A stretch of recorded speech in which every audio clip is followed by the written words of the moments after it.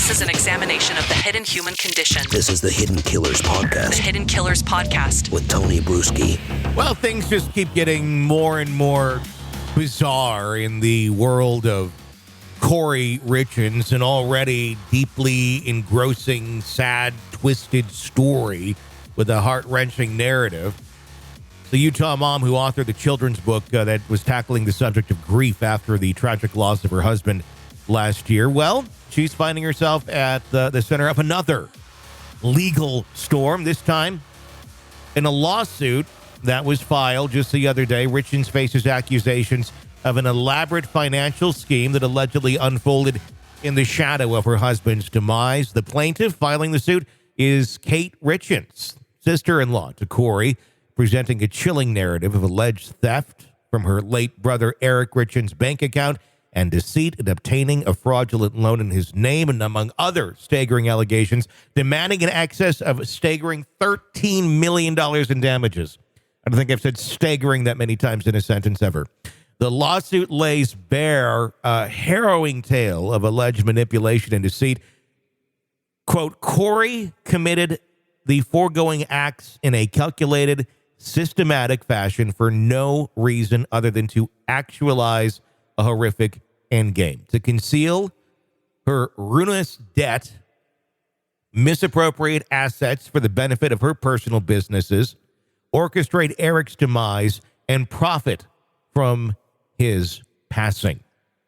Needless to say, they're probably not going to be sharing any holidays together anytime soon.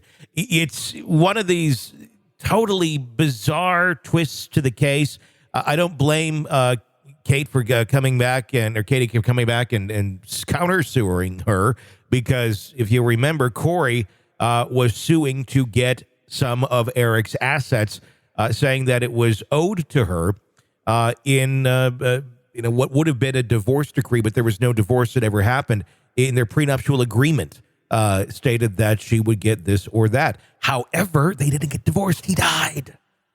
And she's still trying to get into that funding, or that money, if you will, of Eric, which he smartly and rightfully changed the beneficiary to his sister shortly before he died, because he was suspecting that his wife may kill him. Shavaun Scott is joining us, psychotherapist and author.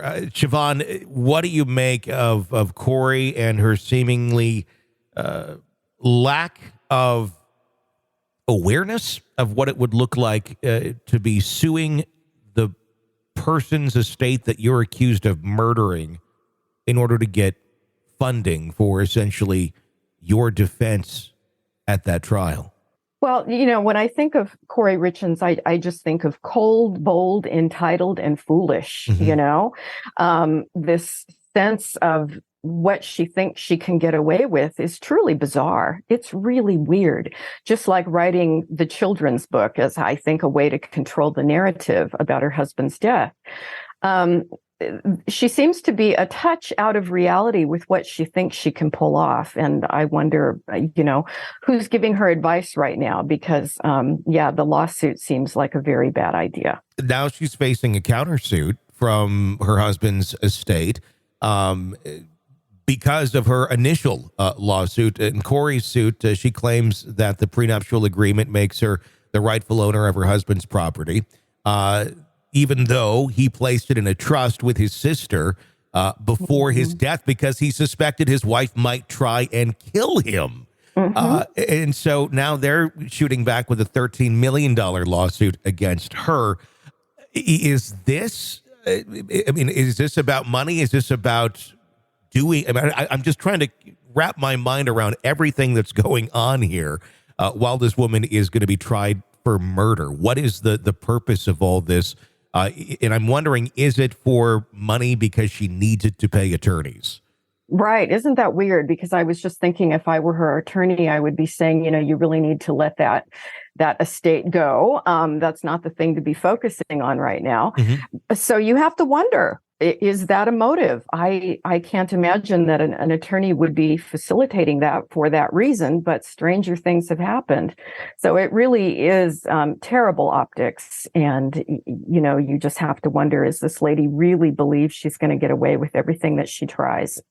It's one of those you look at, and some of the moves, you go, well, that was pretty genius, evil genius, if you will. For like reading the children's book about grief, it really it throws people off the path. This is a grieving mother and widow, and what a good thing that she's done.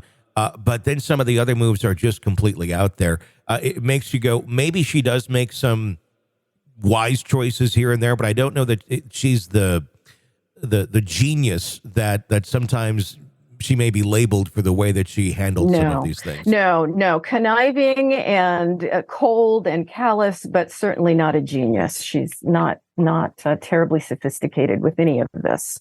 You're locked into the Hidden Killers podcast. Want more? Start binging on all of our true crime podcasts right now through Apple Podcasts and get an ad-free experience when you sign up to be a True Crime Today Premium Plus member exclusively on Apple Podcasts. More of the Hidden Killers podcast dropping soon. Press subscribe now.